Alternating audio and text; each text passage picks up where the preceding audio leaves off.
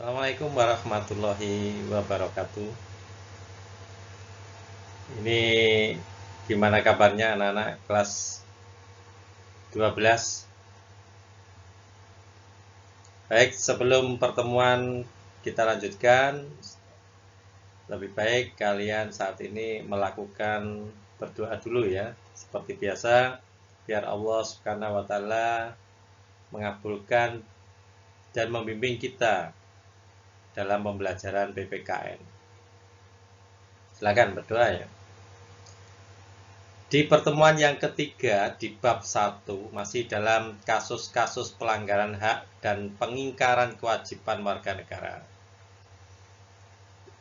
Ini kita mengambil topik yang ketiga yaitu tentang kasus-kasus pelanggaran hak dan pengingkaran kewajiban warga negara. Beserta nanti tentang upaya-upaya pemerintah di dalam penanganan hak asasi manusia. Nanti upayanya apa? Baik, kita lanjutkan tentang pembelajaran saat ini ya. Silakan dipersiapkan alat tulisnya.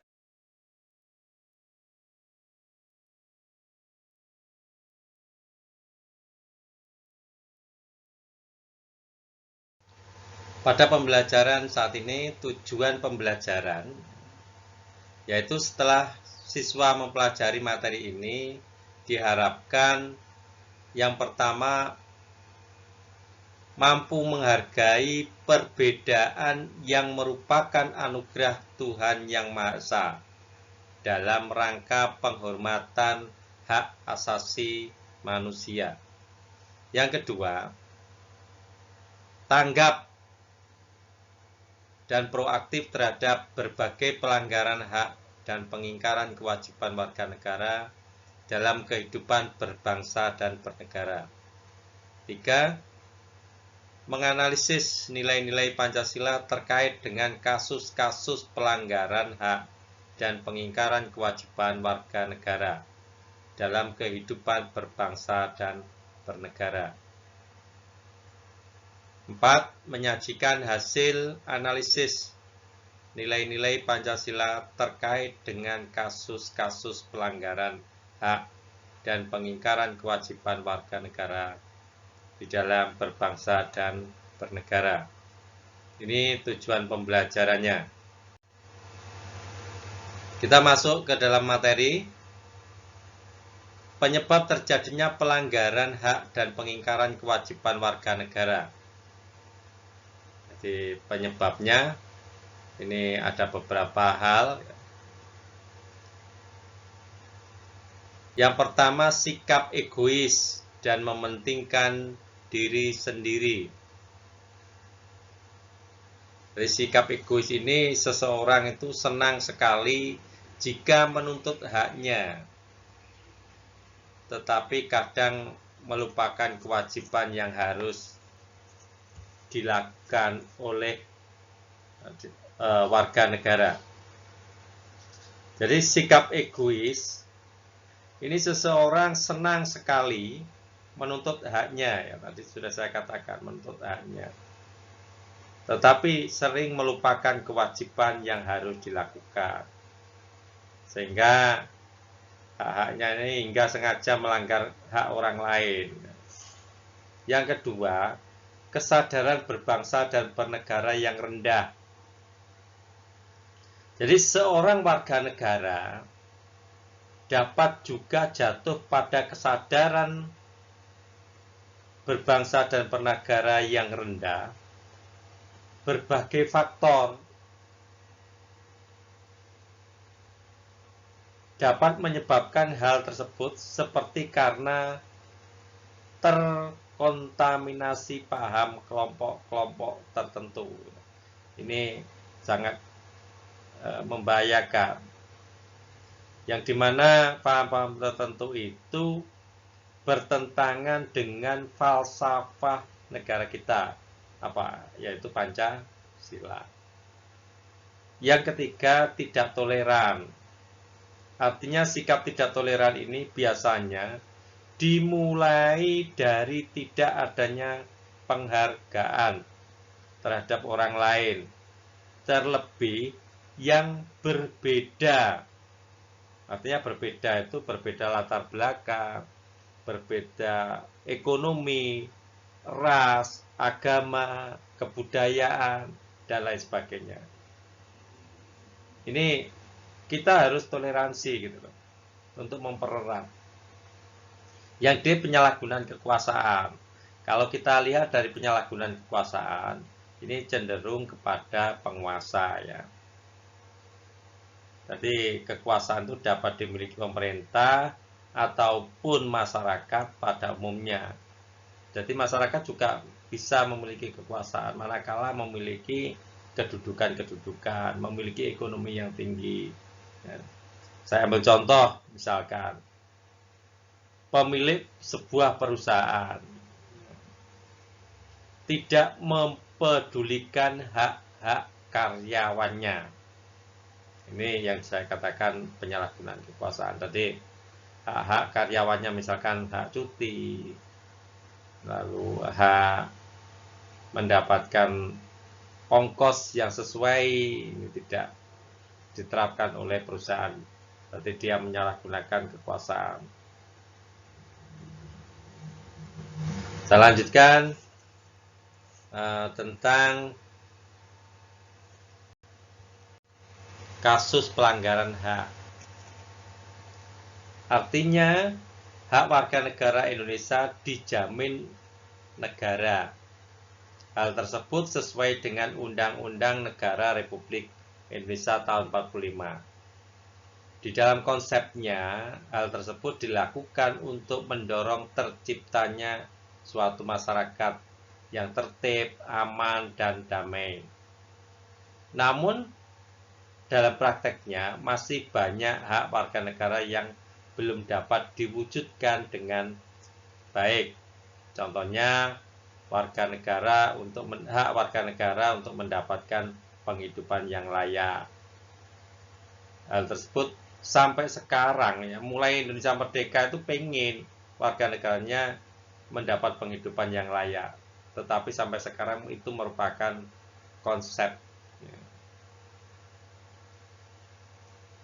Lalu dalam prakteknya, hak lebih cenderung diutamakan daripada kewajiban asasi warga negara. Jadi biasanya orang itu sering menuntut haknya daripada menjalankan sebuah kewajiban. Mengemukakan pendapat di muka umum, ya, ini memang dilindungi, yaitu menurut Undang-Undang Nomor 9 Tahun 98 tentang kemerdekaan menyampaikan pendapat. Ini sangat melindungi. Orang boleh melakukan sebuah ungkapan di muka umum. Tetapi di dalam penerapannya itu ada aturan-aturan mainnya. Karena apa? Warga negara itu kan heterogen. Banyak hak yang tidak boleh dilanggar. Hak-hak orang lain itu ada di sana. Jadi kita jangan nggugu karpe dewe, tetapi kita harus memperhatikan hak orang lain.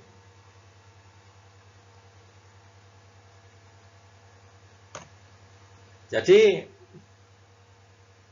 kalau kita mau menyampaikan pendapat di muka umum, ini harus 3 hari sebelumnya itu harus melakukan izin terlebih dahulu.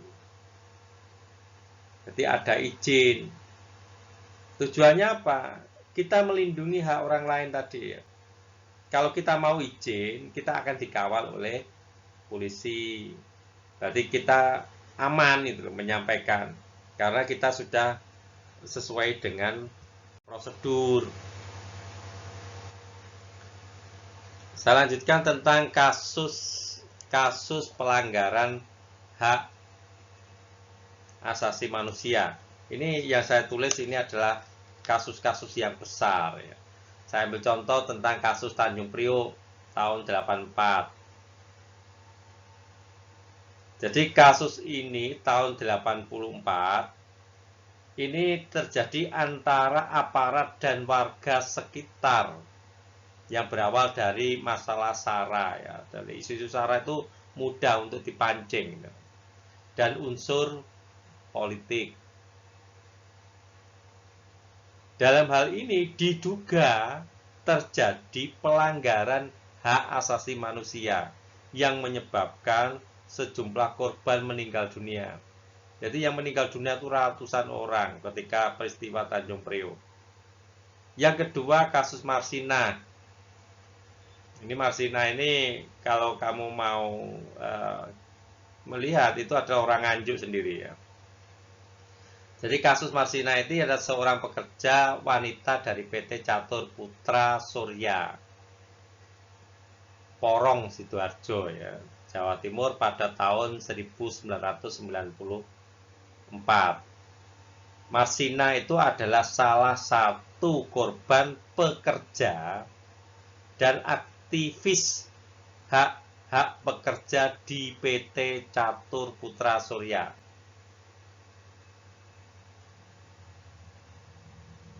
Ia meninggal secara mengenaskan dan diduga yang meninggalnya itu diduga menjadi korban pelanggaran hak asasi manusia. Berupa yang pertama Marsina diculik, lalu dianiaya karena bukti-bukti meninggalnya itu banyak luka di tubuhnya, lalu dibunuh yang terakhir. Ini tentang Marsina. Silakan diakses di internet ya. Kamu ketik Marsina itu sudah muncul semua. Itu orang Nganjuk. Lalu yang ketiga kasus wartawan Udin. Dari Harian Umum Birnas tahun 1996 di Yogyakarta. Wartawan Udin ini nama lengkapnya ya. Kalau tidak salah Fuad Muhammad Safruddin. Fuad Muhammad Safruddin dipanggil Udin. Dia adalah seorang wartawan dari Harian Birnas dan diduga meninggalnya itu dianiaya oleh orang tak dikenal dan akhirnya meninggal. Karena apa? Dia mengungkapkan sebuah kasus-kasus yang besar saat itu. Sampai sekarang penculiknya tidak diketahui ya. Udin. Lalu peristiwa Aceh. Peristiwa yang terjadi di Aceh sejak tahun 1990 telah banyak memakan korban baik dari pihak aparat maupun penduduk sipil yang tidak berdosa. Peristiwa Aceh itu diduga dipicu oleh unsur politis. Saat itu terdapat pihak-pihak tertentu yang menginginkan Aceh merdeka dan lepas dari Negara Kesatuan Republik Indonesia. Nah, di situ banyak sekali kekerasan-kekerasan yang terjadi ya. Sampai sekarang juga merupakan peristiwa yang harus dikenang dan tidak boleh terulang kembali. Lalu peristiwa penculikan aktivis tahun 1998. Jadi pada tahun itu banyak sekali orang hilang ya, orang hilang secara paksa diculik. Jadi kalau ada orang kritis dulu itu banyak yang hilang dan diculik. Nah, penculiknya siapa? Ya itu tidak tahu. Sampai sekarang juga masih merupakan delima. Ada yang sudah pulang, ada yang sampai sekarang tidak pulang. Lalu peristiwa Trisakti dan Semanggi tahun 98. Mungkin kalau kalian ingat tahun 98 ya, yaitu tentang peristiwa reformasi. Dalam tragedi Trisakti tersebut, yaitu pada tanggal 12 Mei tahun 1998, terdapat beberapa mahasiswa, kalau tidak salah dahulu ada 4 mahasiswa yang meninggal dunia dan puluhan lainnya yang luka-luka. Mungkin juga ada yang meninggal, kita tidak tahu. Nanti untuk kasusnya kamu bisa mengakses di internet ya. Lalu peristiwa kekerasan Timur Timur pasca jajak pendapat tahun 1999. Jadi peristiwa kekerasan di Timur Timur yang sekarang ini disebut negara Timur Leste, ketika jajak pendapat itu banyak sekali pelanggaran-pelanggaran hak asasi manusia. Jadi menjelang pasca jajak pendapat ya. Ada yang pro dan ada yang kontras. Jadi ketika itu ya biasa ya, kalau negara itu ada yang setuju merdeka, ada yang tidak setuju merdeka.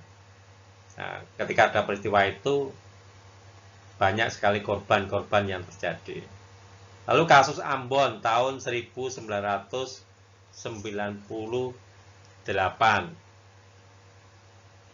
Sorry, kasus Ambon itu tahun 99 ya. Peristiwa yang terjadi di Ambon ini diduga berawal dari masalah yang sederhana, yang kemudian berkembang menjadi persoalan yang SARA. Makanya kalau sudah bilang SARA itu mudah sekali ya diprovokasi. Akhirnya terjadi penganiayaan dan pembunuhan yang memakan banyak korban SARA, terutama korbannya dari Jawa Timur ya.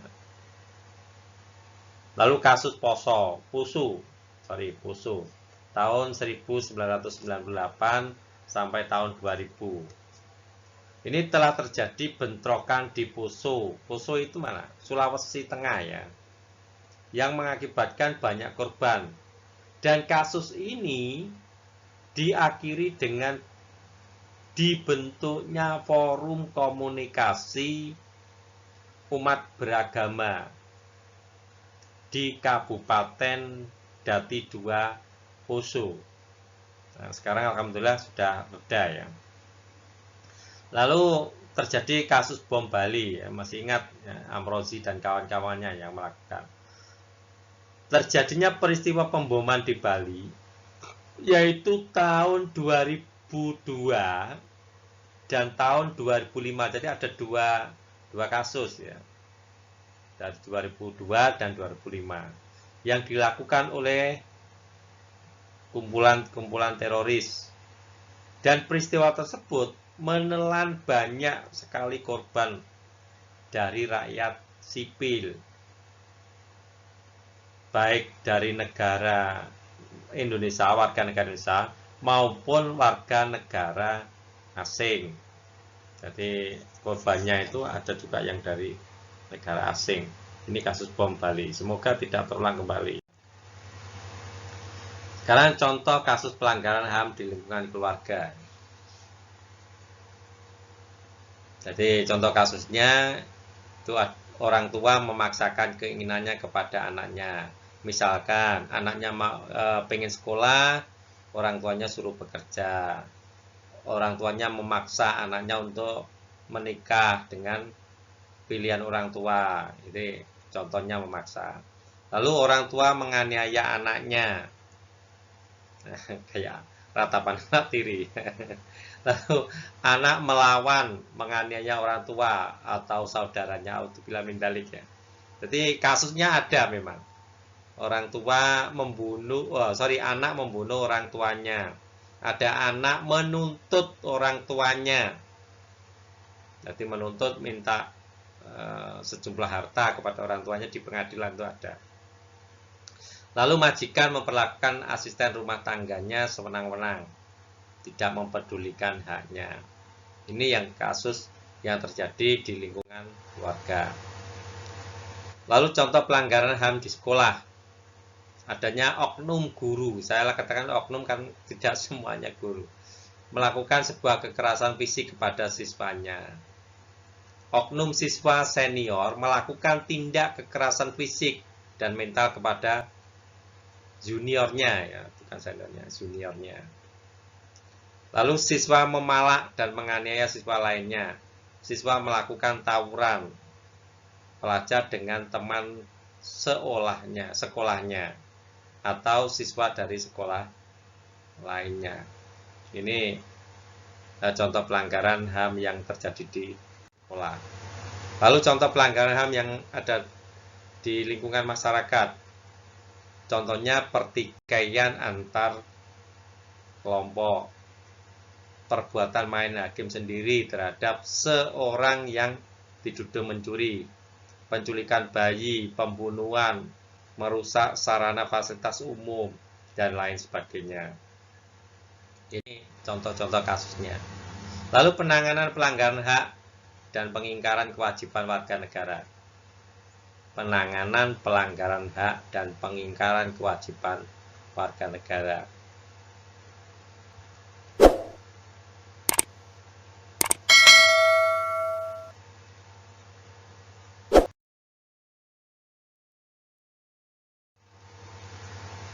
Upaya-upaya pemerintah, maksud saya pemerintah Indonesia ya, di dalam penanganan kasus pelanggaran HAM di Indonesia. Yaitu yang pertama adalah Undang-Undang Nomor 39 tahun 1999 tentang hak asasi manusia. Lalu Undang-Undang Nomor 26 tahun 2000 tentang pengadilan hak asasi manusia. Lalu Undang-Undang Nomor 23 tahun 2002 tentang perlindungan anak yang memiliki tujuan menjamin terpenuhinya hak-hak anak. Agar apa? Dapat hidup, tumbuh, dan berkembang, dan berpartisipasi secara optimal sesuai dengan harkat dan martabatnya sebagai manusia. Lalu Undang-Undang Nomor 23 tahun 2004 tentang penghapusan kekerasan dalam rumah tangga.